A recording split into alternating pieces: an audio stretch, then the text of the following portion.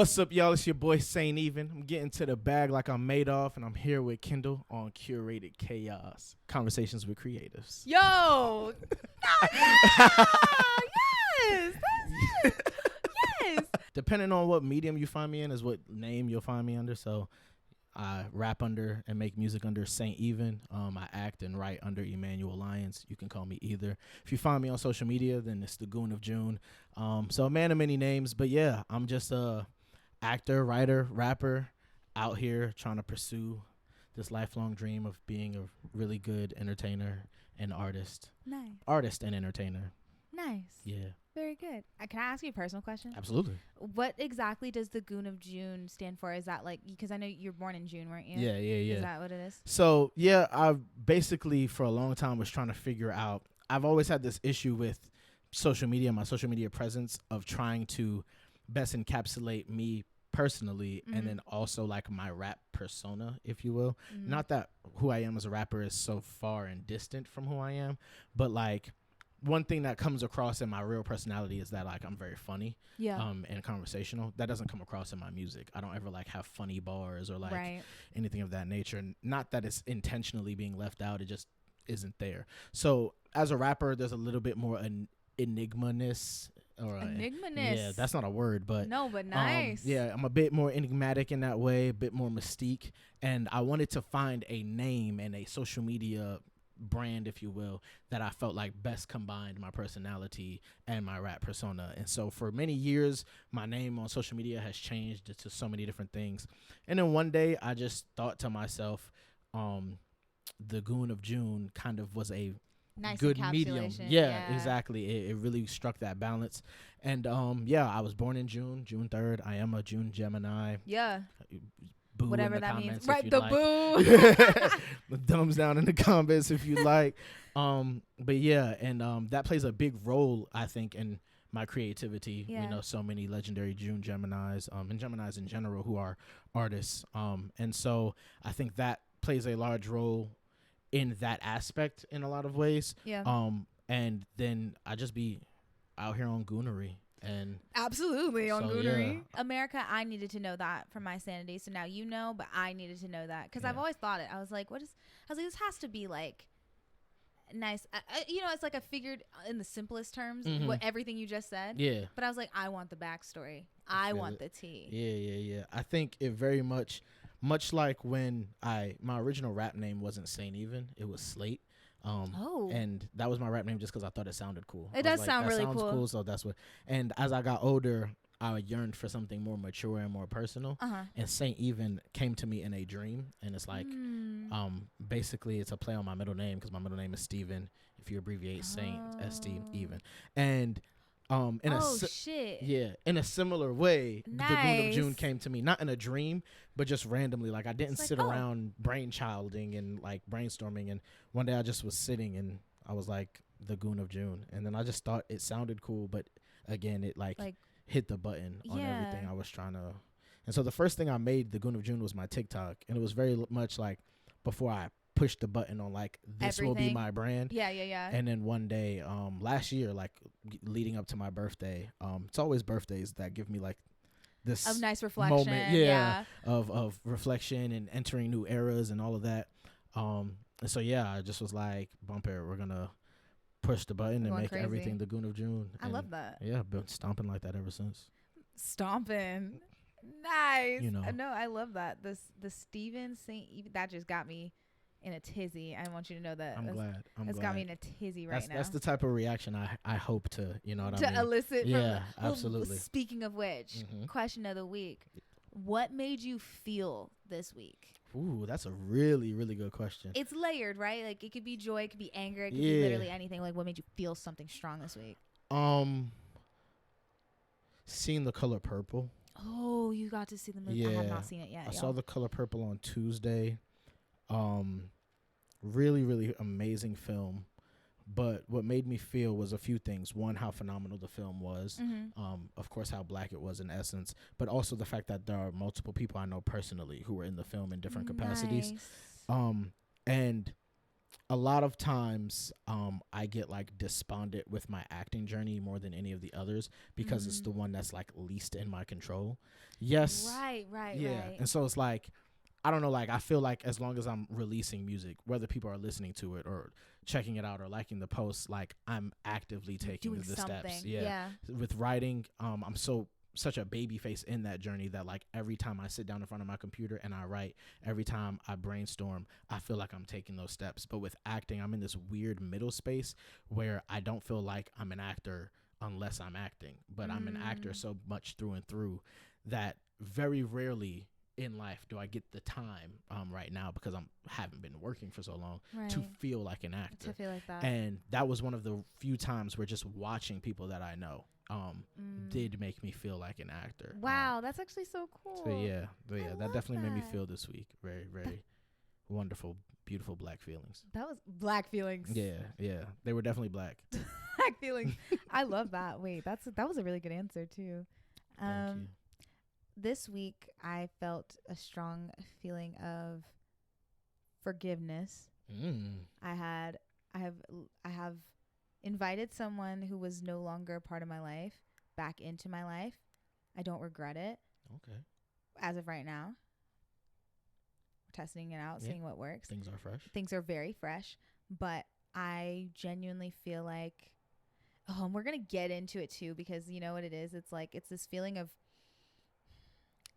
you're kind of concerned how other people are going to react when they find out that you let this person back in, because other people have their own perceptions of that person. Right.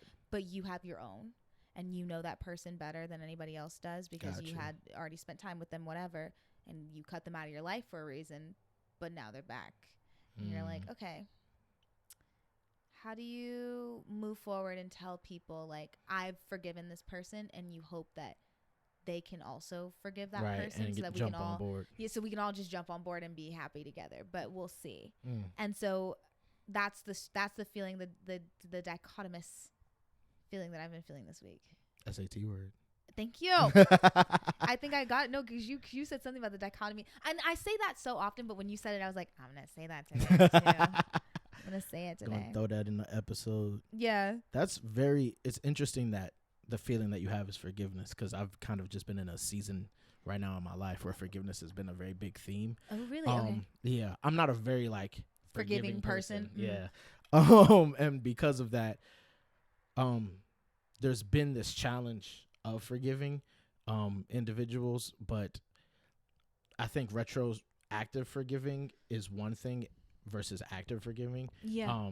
Meaning, and to explain, I guess, what I'm saying, like, forgiving people who are still actively hurting you versus the hurt has all been done in the past, and now I need to come to a place of grips with it. Yeah. And so that's been the challenge that I've been having, of being able to say, not only that I forgive what you've done, but I forgive what you're doing and what you may continue to do if I let you continue to have access to me. Yes. And then finding out what level of access, resource, and power, what role those things play in me truly forgiving these individuals.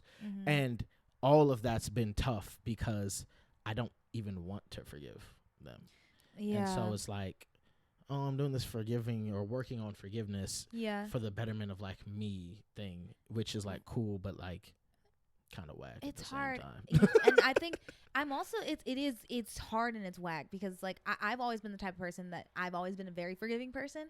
And I almost hated that about myself almost till like very recently. Where I'm like, okay, this is who I am. And I honestly prefer myself to be more forgiving than, closed off in a way. Like, I guess that's what the biggest fear is. But the thing is my forgiveness has always gotten me hurt in the end, because I've like, we learned in church, right? We were like, God forgives and he forgets. And so you need to forgive and also forget. That was something that stuck in my head. And so it's like, you don't forgive somebody unless you like genuinely are able to let it go. Yeah. And that's how I view forgiveness now, is like, okay, if you hurt me in the past, if we both have sat here, we apologize, we squash it, and you forgive me and I forgive you, it is in the past.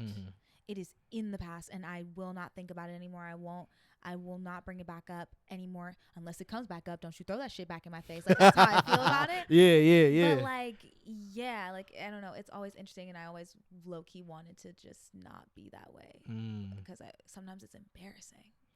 Forgiving can be very embarrassing. Forgiving can be it embarrassing. Can be very embarrassing. Absolutely, yeah. Humiliating. Yeah, you can look very clowny.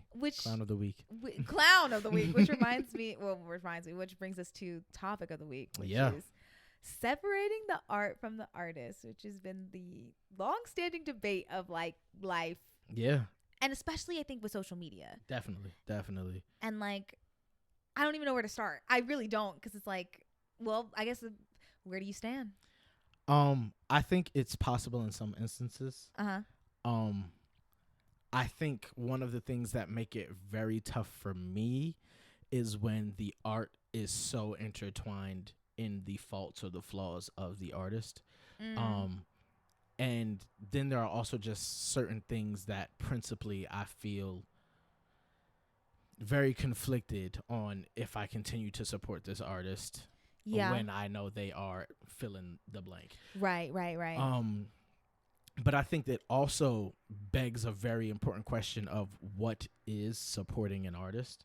I think a lot of times, I think now because we've entered a realm with social media where cancel culture exists, that much like the things that we forgive, anything more than casting like this entity, this artist into like the sea of forgetfulness is support. And so the mere mention of a name, you know, I saw a friend of mine the other day made a list, and the list was just like naming the actors who have been the most influential on them personally. And one of the actors in the list is someone whose name's been pretty controversial. And then the reaction that it elicited from certain people was controversial. And they were just like, this doesn't change the fact that this person's acting been influential on me. But it's just the fact that you could even mention this person was inciting to some individuals. And so what does it mean to support an artist? You know, when I don't know, if someone's an actor and a film that they're in comes out, does going to see it mean supporting the artist? You know what I mean? Tough. Does, you know, listening to an artist's music or streaming it or even illegally downloading it to listen to it, right? Which then doesn't see them have any financial gain, but is that still the supporting of the artist? Like, what do we consider supporting an artist when we're having the conversation of separating them from their art? Yes. So I think it's extremely loaded, but I do think that there are some cases where I think it's capable or par for the course. There's definitely some instances where I know that I do it. I'm not going to be hypocritical and say that I don't. Well, that also leads me to a question of like, who's your problematic fave? I'll answer. I can tell you. I definitely have one. They're just really problematic. They're really problematic. Yeah. Well, this is a safe space. It's also the internet, but it's a safe space. Right. No, but I'll be honest. It's Shia LaBeouf. Okay. Yeah. That's actually something I wasn't expecting. Since a kid, Shia has just always been one of my favorite actors. And he's never not been. He's definitely someone who I've aspired to be like as an actor. Yeah. You said as an actor. Yeah, purely as a performer. And he's also someone who I used to like make a lot of excuses and extend a lot of grace for with his personal problems and demons. But the thing that kind of puts him in the place for me where it's like I have to acknowledge like how problematic this individual is his relationship with Twigs, and the abuse that he subjected her to during that, and through that and the acknowledgement of it, and especially because domestic violence is something that I have a personal relationship with and vehemently hate.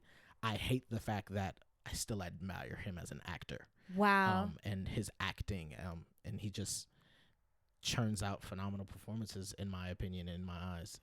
It sucks. I wish I could be like, man, fuck that nigga. He sucks. Yeah. But I'm like, Honey Boy is phenomenal. Right. It's like, what can you do? Yeah. And it's at the end of the day, like this is what gets me about the conversation. Okay, so my problematic fave, unfortunately, not unfortunately, like I've come to grips with it.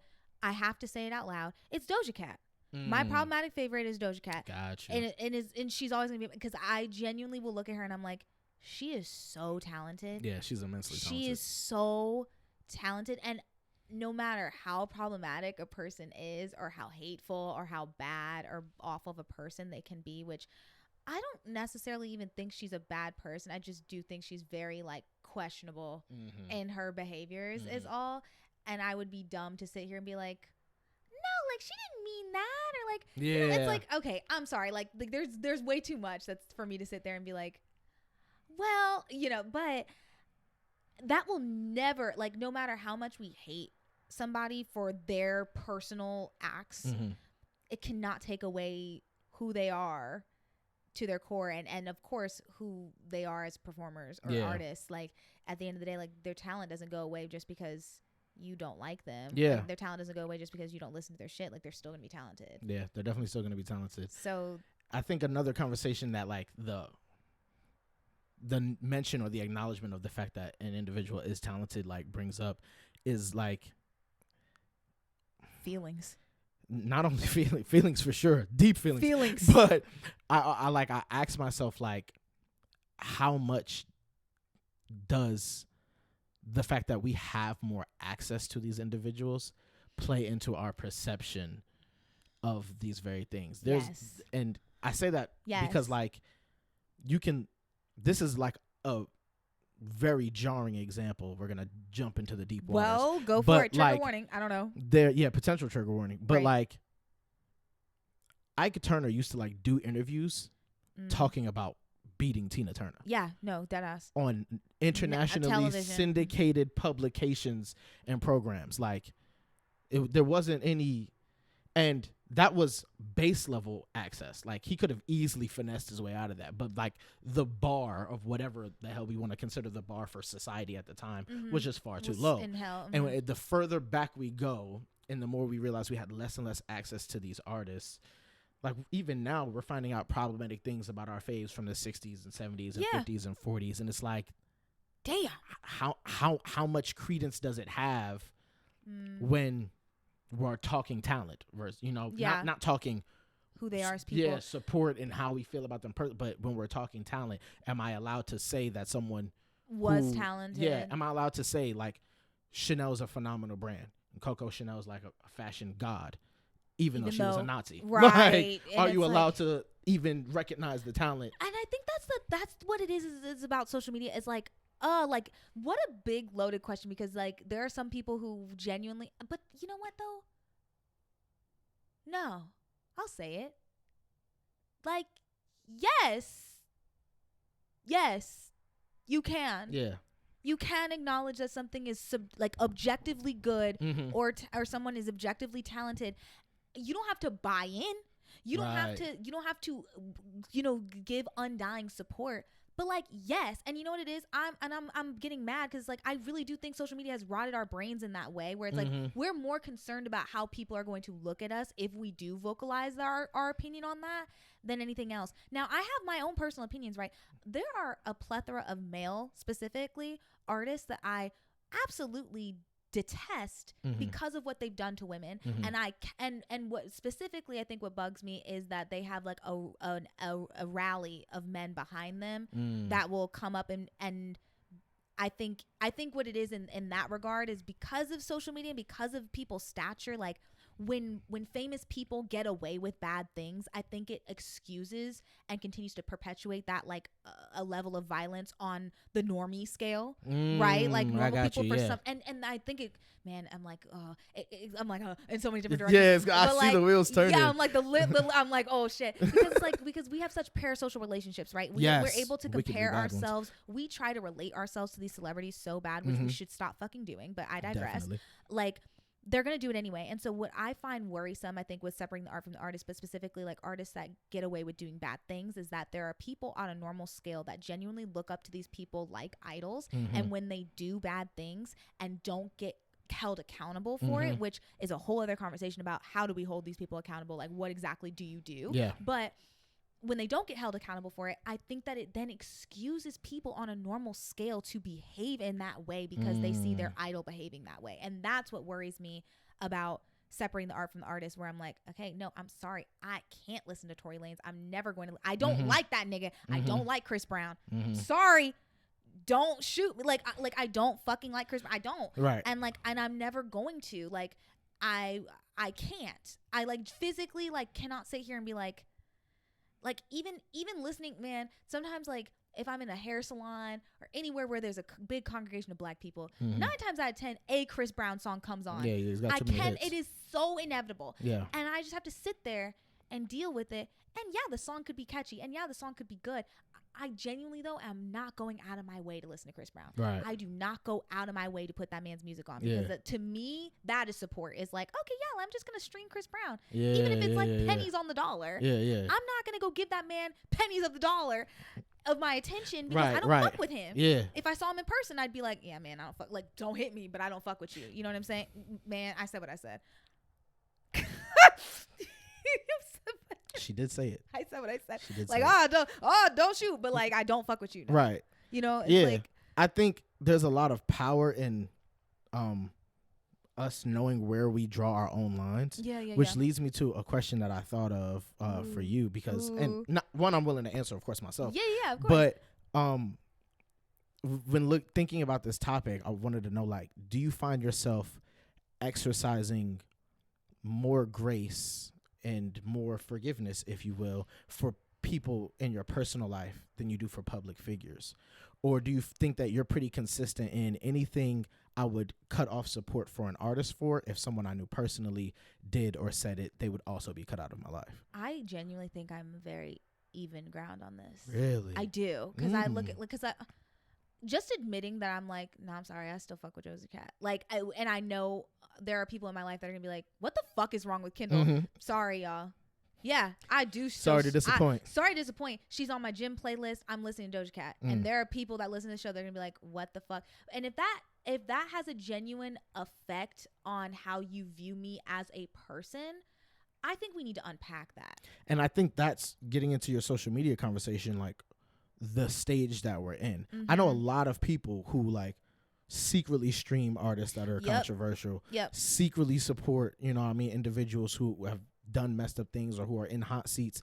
And it's because they would whatever the perceived idea of who I am as a person, because of where I align my support, people are just too afraid to be on the wrong side of that. And then because of that, it actually opens up a pretty dangerous space, in my opinion, especially in the podcasting world, where there are individuals who are intentionally cashing in on the antipode of that. I'm going to be the hot take person, be the outward support. I'm going to, you know what I mean, mention R. Kelly every episode. Right, just for you know what I mean, just for the viral click and get that clip and you know what I mean, and this, that, and the third, when the reality is they're probably saying that and then not streaming any Kel's music. Like they're probably, you know what I mean, making excuses for sexual assault, making excuses for domestic violence, making excuses for all types of messed up stuff, and not even like actually, but they realize there's a space for that type of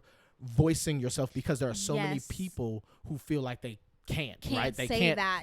Say that this person's good or I still listen to this person's music, because the moment I do, that tells you something about me. That's what it is. Even though it doesn't tell you anything about me. But you know what it is though, is that to an extent, I am of the mindset that you were literally describing. I'm like hearing myself. I'm like, yeah, because you know my some of my like lines in the sand are, I know the type of person that I'm dealing with if you align yourself with or you can relate to or you really like certain figures.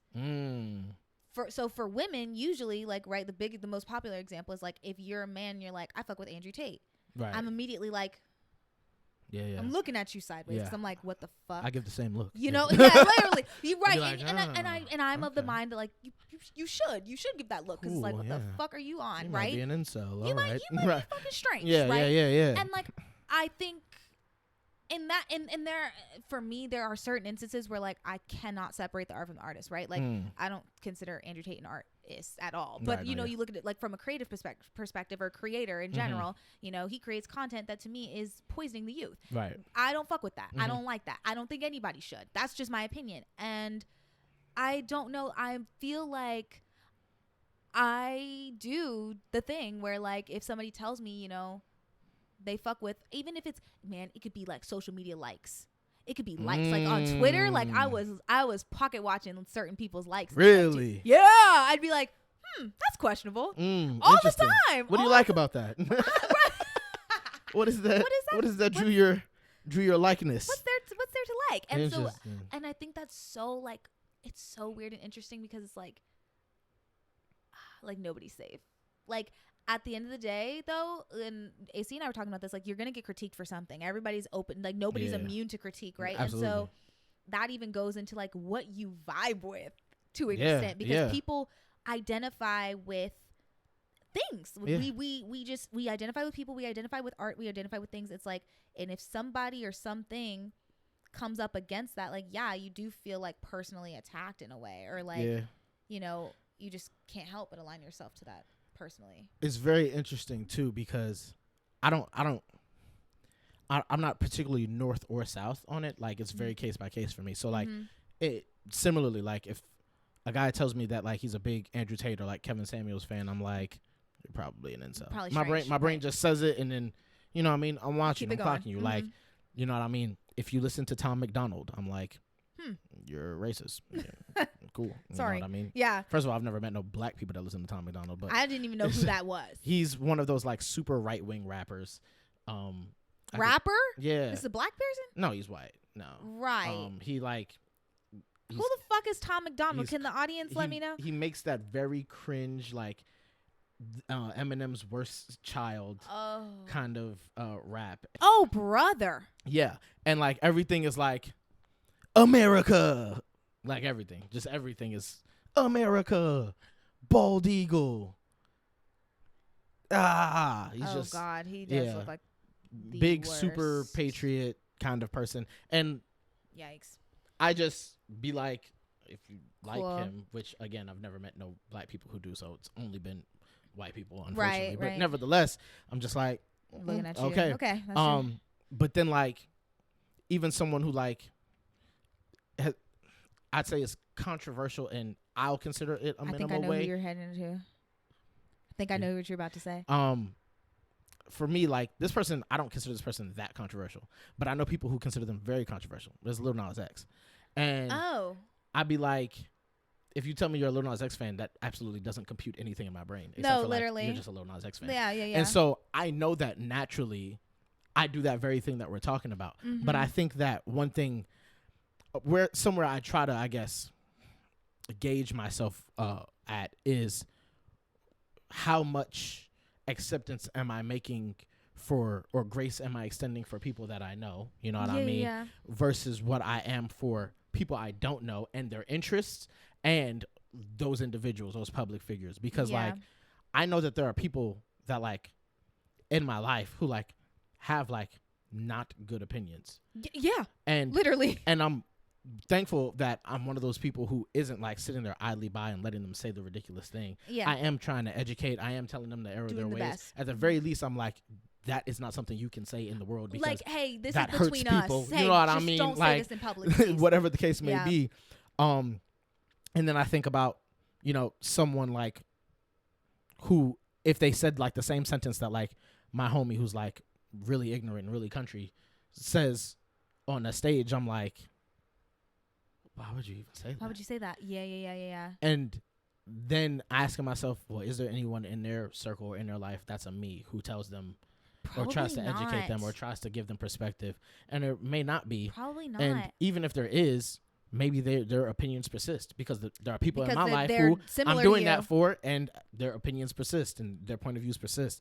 And yeah, I'm just always asking myself, like, am I dehumanizing human beings that are public figures, celebrities? Am I dehumanizing regular people who I don't know as well based off of where they align themselves with certain artists and public figures and celebrities? And then am I essentially not superhumanizing, but for lack of better terms, superhumanizing the people that I know? I'm always like trying to check myself on that, but I don't think there's like a direct right or wrong or yes or no on how any of us like, handle these things. It really is based on your opinion. It's case by case, right? Like, I think I asked you guys on Instagram what some of y'all thought, and y'all had a lot to say, so I'll read some of these opinions. But the general consensus seems to be like, it really just depends on the action, right? Like, for the longest time, I was a very big like, you have to separate the art from, or you can't separate the art from the artist because it's inherently like them. Because I'm very intertwined with my creativity. Absolutely. It is a part of my identity, right? So I'm like, yeah, you have to because like their art is them, and if you support their art, you're supporting them as a person. Yeah, is how I always thought. And as I get a little older, and I realize how flawed everyone is on Earth, I'm like, oh my God, everybody fucking sucks. Yeah, everybody sucks. Yeah, including me. Yeah, we do, including me. Like, I'm like, you guys shouldn't idolize anybody. Like, we should really stop like trying to put these people on a pedestal. Like, everybody sucks. Yeah, and you can be so talented but I think like the thing is like we all have these like life experiences. This is the whole point. I mean, the whole reason I made this podcast is like these life experiences make us who we are. And it's important to digest them and dissect them. And I think I'm just coming more in love with the concept or the idea of like genuinely like trying to understand where people are coming from. Yeah. And I feel like I sound really fucking like, I feel like to some people who aren't willing to or ready to listen to this kind of like thought process will kind of look at me and say like, I condone certain things. Like and I think that's what it is. Like, I don't condone hateful behavior. I don't condone people doing things that I genuinely feel like are unnecessary and hateful. Yeah. But what I do want us to get a little bit used to is just like, can we talk to one another? Like, can we genuinely like sit down and try and figure out like, okay, why did you do that? Yeah. And I think it has to be talking with the like desire to understand. Yes. Like, and not to like push them down. Yeah, exactly. You know? And I think that's such an important point because like it kind of rears back to, you know, the conversation that I brought up of like the access that we have to people now. Like, I've just been for a long time under the firm belief that like if I knew everything about every artist on a personal level, I probably wouldn't like any of them. Yes. Like, and when I make it, I would not be like absolved of that. I fall under that umbrella. You do. You know what I mean? And it's like, it reminds me of, I have a rapper homie of mine who's been in a committed relationship for years. And, you know, one thing that's like been a, you know, jovial but sometimes serial topic of conversation between him and his girlfriend is like, you know, the stereotype that rappers cheat.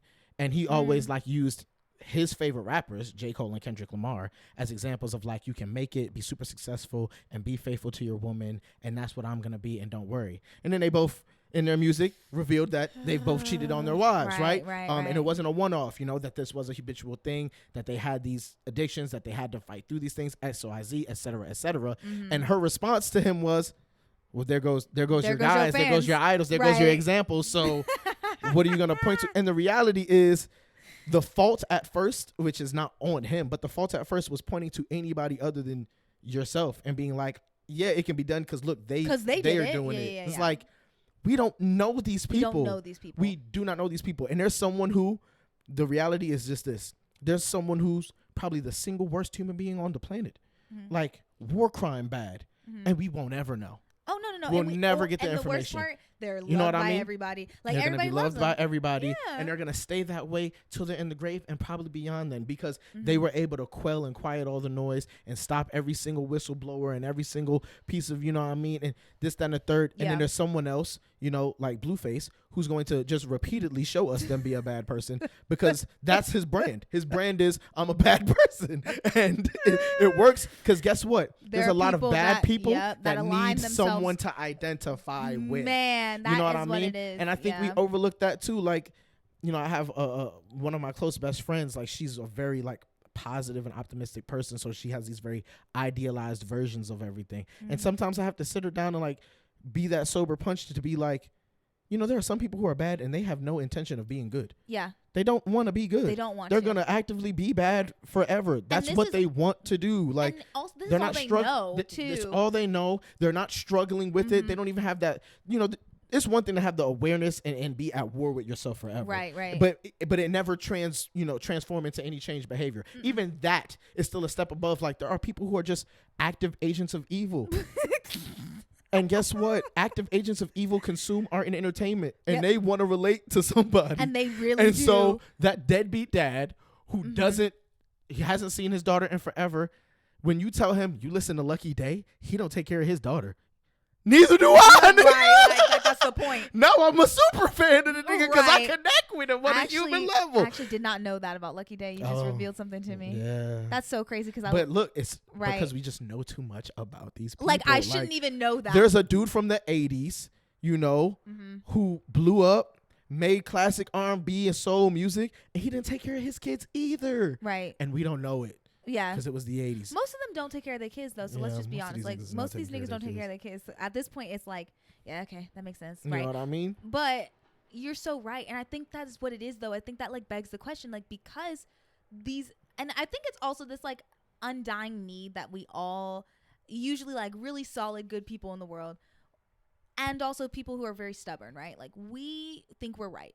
We want everybody to agree with our opinion because we think that, you know, at the end of the day, we want peace. We want peace for everybody. We want everybody to love each other and get along with each other, which means we have to eliminate the active agents of evil. Yeah. And what do the active agents of evil identify with? Those people. Right.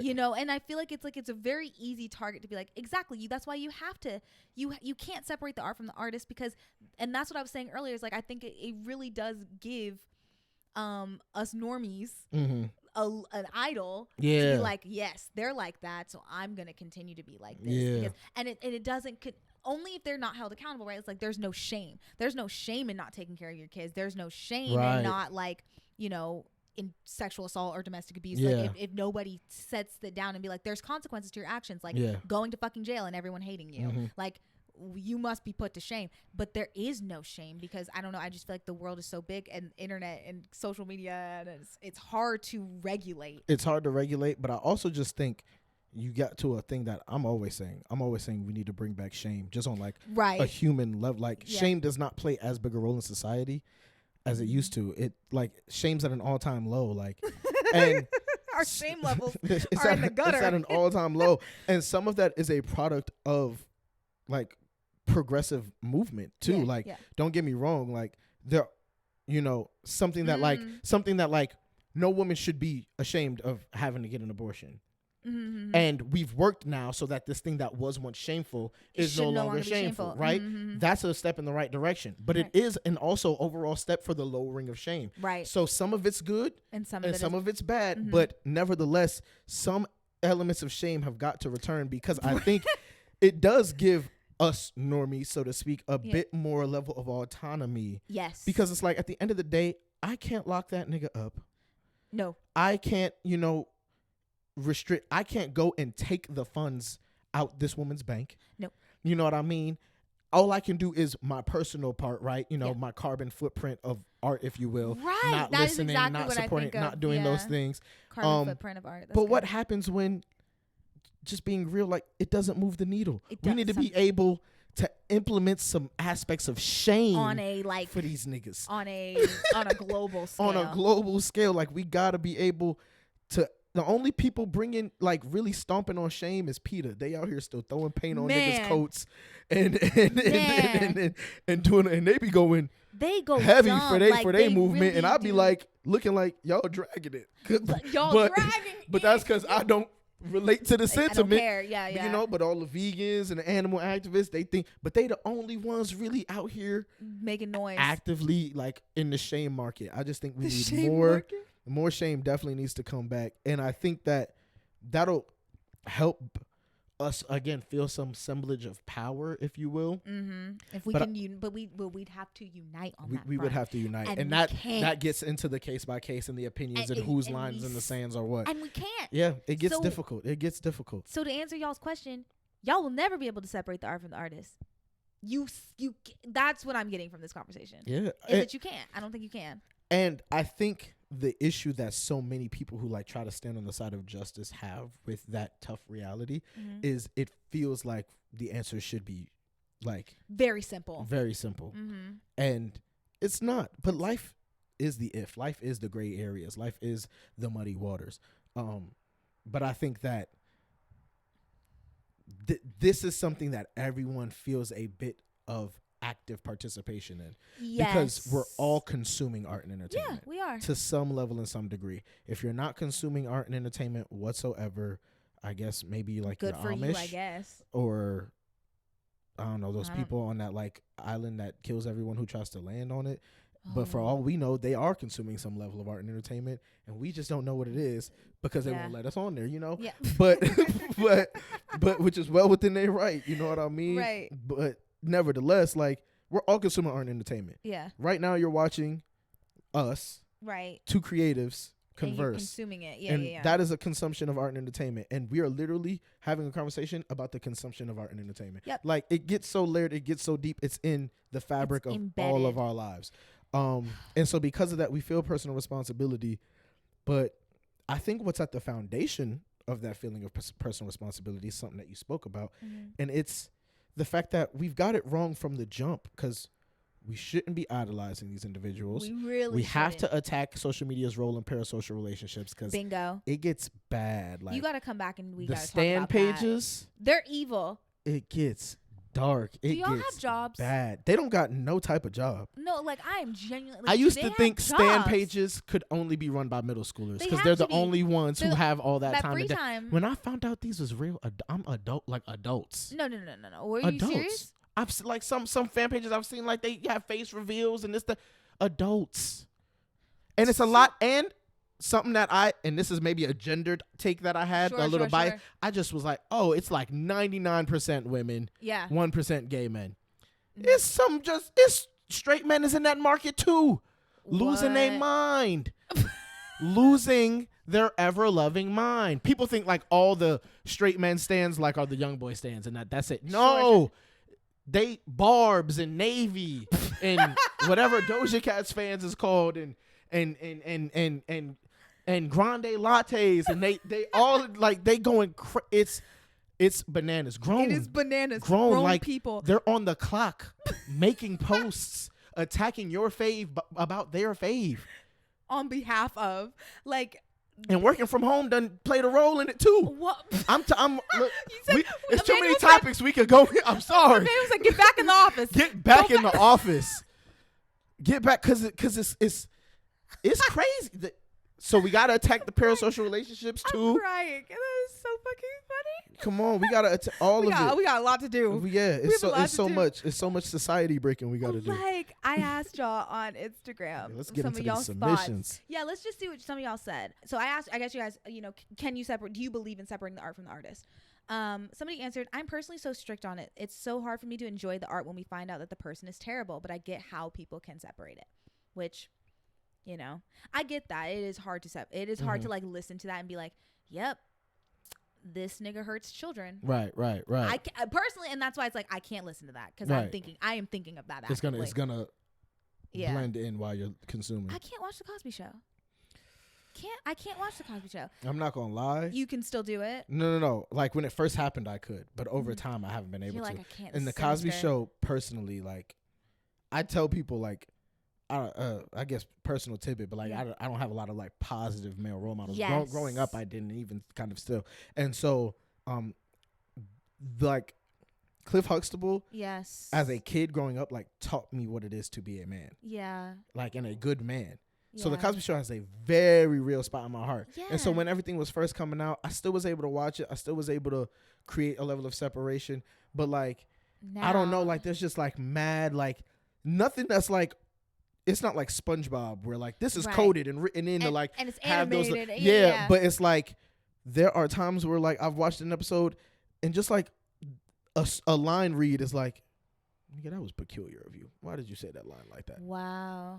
And more moments I had like that, the more I just was like, wow. I think I gotta do it. Turn this I think off. I gotta let it go. That and so I haven't sucks. watched in like maybe 2 or 3 years now. And it's like. Like that sucks so fucking bad that like now us normie people suffer. Like, yeah, we suffer at the hands of them doing awful things. Like, and that's what it be feeling like, and not in any way to like equate their personal real victims with it, but it's like, of course not. Why in the world am I paying for something I didn't do? Yes, like, it's like it's affecting me personally, because like the point of art, right, is to like it is to make you feel. Yeah. It is, and to hear like, yeah, this was my positive role model. This was my positive male figure in my life, and that's tainted. Yeah. Not destroyed, not ruined, tainted. Yeah. And that's really fucking unfortunate. Somebody said, because some artists do things for their own expression and some do things to please an audience. Which I think kind of goes back to that whole thing you were saying earlier about like people saying things for clicks and specifically and not necessarily feeling that way, but like just doing it. Yeah. I think even when you were mentioning like how you used to be strict on it because you were like an artist's art is them. And I've been thinking specifically when it comes to rap about how many like successful rappers there are that I don't really think like have this personal imbued relationship with their art. This was more a financial venture for them. And they're like, rap is my way out of the trappings of poverty. And it worked and it's success. But like they don't have this, like their art isn't their soul screaming out to the world. You know what I mean? And do we then, if an artist's relationship with their art isn't so personally imbued, like do we view separating them from the artist from the art differently, because there kind of already is a layer of separation. And then how much does that again go into how much we know about an artist and the access that we have to them, and the fact that I can listen to a rapper be like, yeah, I just was broke and I was like, man, I'm just gonna do this rap thing, versus someone being like, this is my life and my art and my craft and my heart, and every song is you know, a piece of me, you know what I mean? So that's like an interesting wrinkle to add to the conversation too. But I think that plays into that, you know, point that they made. Like some artists are just doing a thing for the thing. Yeah. And what do we then do as consumers at that point? Yeah. What do? You gonna sue them? It's real. Somebody said, I think it's reserved for male artists because men don't want to sacrifice what they enjoy, acknowledging the shitty things that their fave male artist has done. It's hard to separate when the art is directly inspired by the artist's experience. Songs about sex by R. Kelly. Hard to think about if they're not from consensual experiences. Which is like, I don't want to gender it, but I understand that feeling to an extent. I think that historically within the world of the entertainment industry, there's been a lot more men abusing their positions of power and imposing themselves in harmful ways on others than there has been women historically. Historically, sure. Because of that, those men probably have majority male fan bases that therefore creates a perception of the conversation that is very male driven to separate the art from the artist because they want to absolve they want to enjoy their shit. Yeah. And I don't really think there's anything wrong with that perception. I do think it's not like a man problem.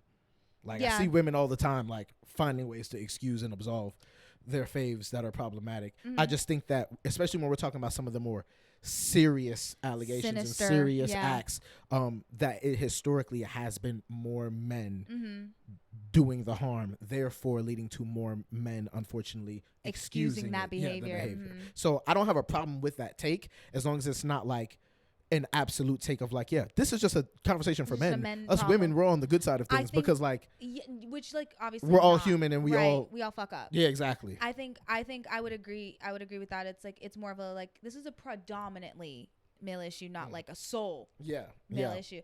But like, and I think that's also where I was coming from in the beginning too, of like, I think it perpetuates this like, I can get away with it attitude. And when I say that, I specifically look at sexual assault and abuse and things that are like despicable and like ruin lives versus like cheating, which is awful, right? Like not great, but like I'm not really pressed about your fave cheating on, you know, their girlfriend, boyfriend.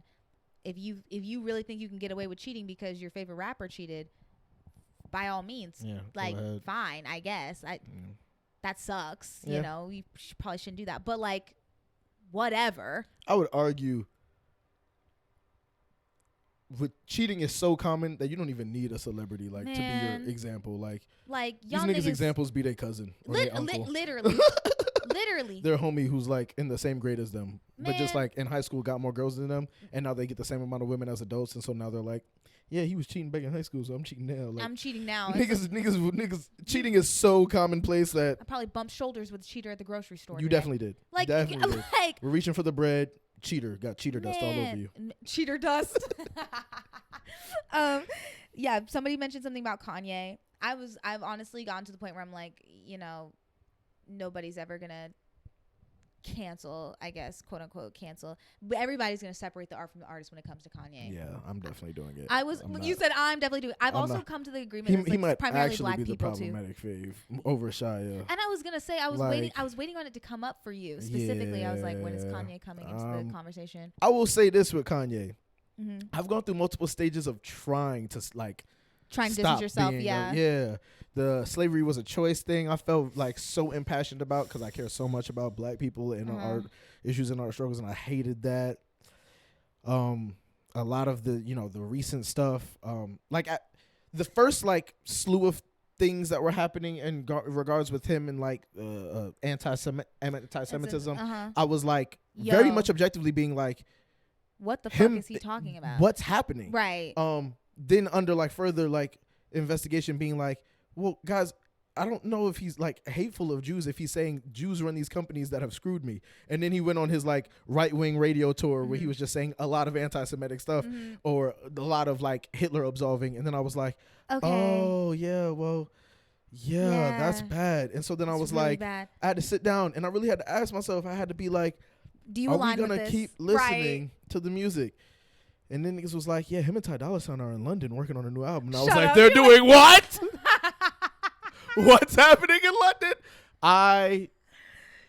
If you want to hate me for the fact that I won't ever leave Kanye's side, then hate me. But it's the music at the end of the day. I'm going to stick beside him. It is. He's just so good. It's so hard. It's so, you know what it is though? And it's like, I'm sitting here and I'm like, because I know people are going to be like, you're a bad person. You're a bad person. And you said, and they might, and I'm standing here. But I think it takes a lot to genuinely be like, I don't condone this. I don't agree with this. I don't think that is correct.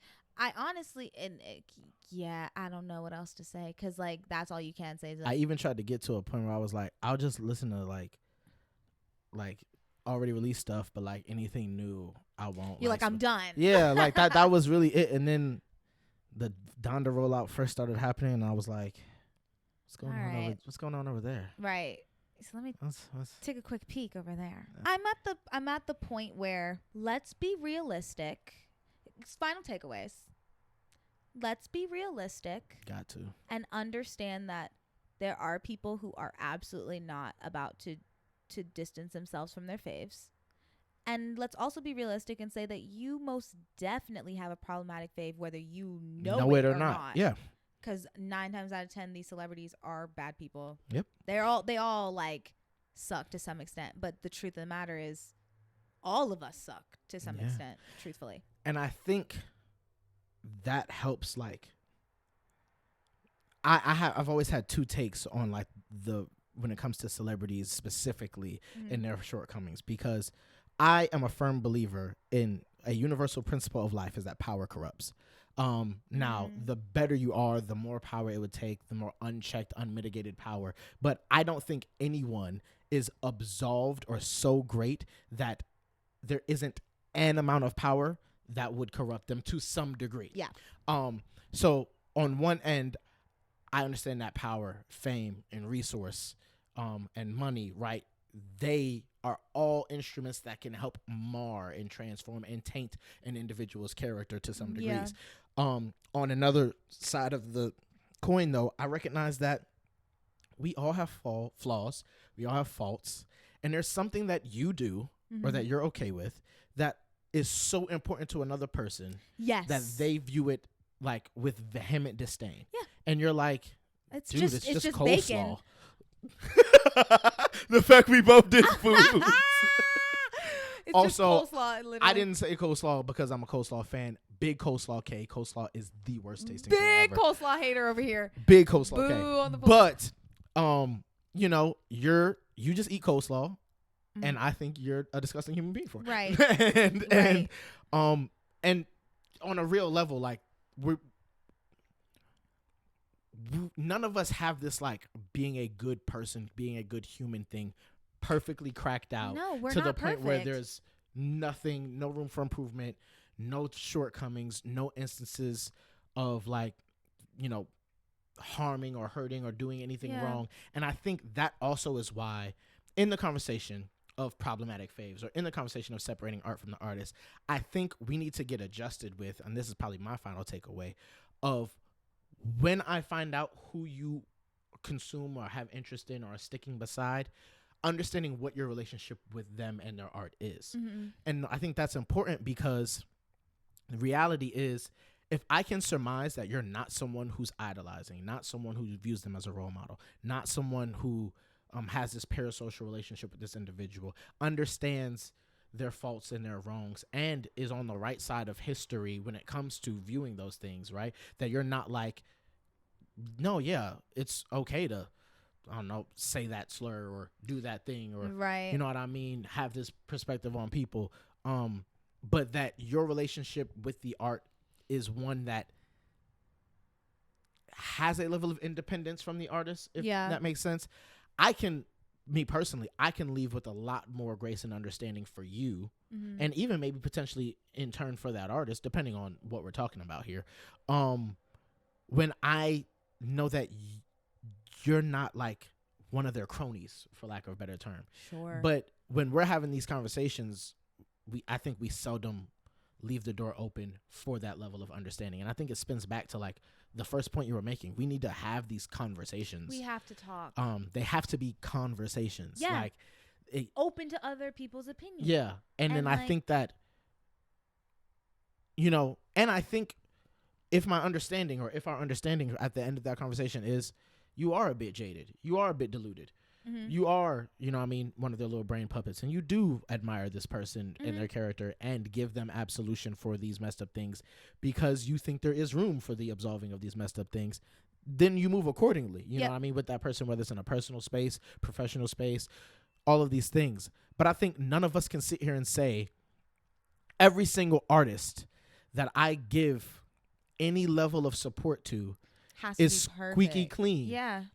Maybe they have a squeaky clean reputation to us on the outside, but you know, it could be something as simple as like just not being a nice person to people. Maybe they don't pay their fucking team, which you know what I mean? That's despicable. You know what I mean? Like something, these things that can oftentimes be overlooked. Yeah. You know what I mean? When I'm on sets and asking someone and people are talking about who's just not a good person to work with.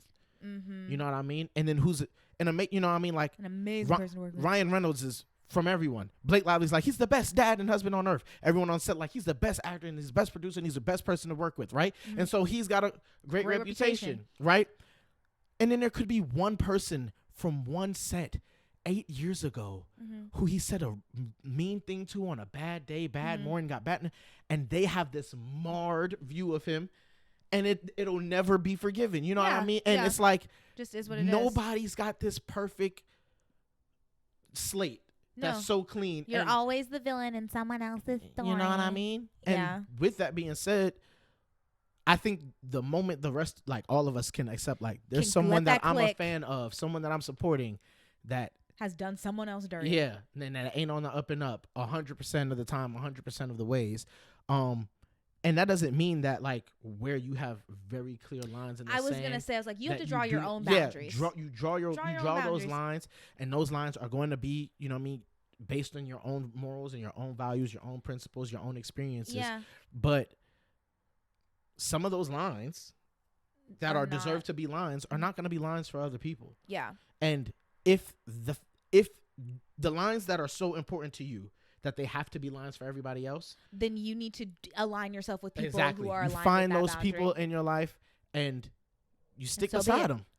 Stick beside them now because you done worked hard to find all the people with the same exact. It's very difficult. Human and moral and socio-political perspectives as you. And you stick beside them. Don't be talking about how, but she wore a better dress than me on my birthday to my birthday dinner. It's like, well, I don't know what to tell you. That's Girl, your friend. That's your bestie. Okay, but you know what I mean? Yeah. She hate all the same artists as you. Yeah. And nobody else does. I checked with everyone. We just left the human meeting. We all have at least one person that we rock with that you don't rock with. So you better stick beside her. You need to be with that girl right there, thick and thin, through and through.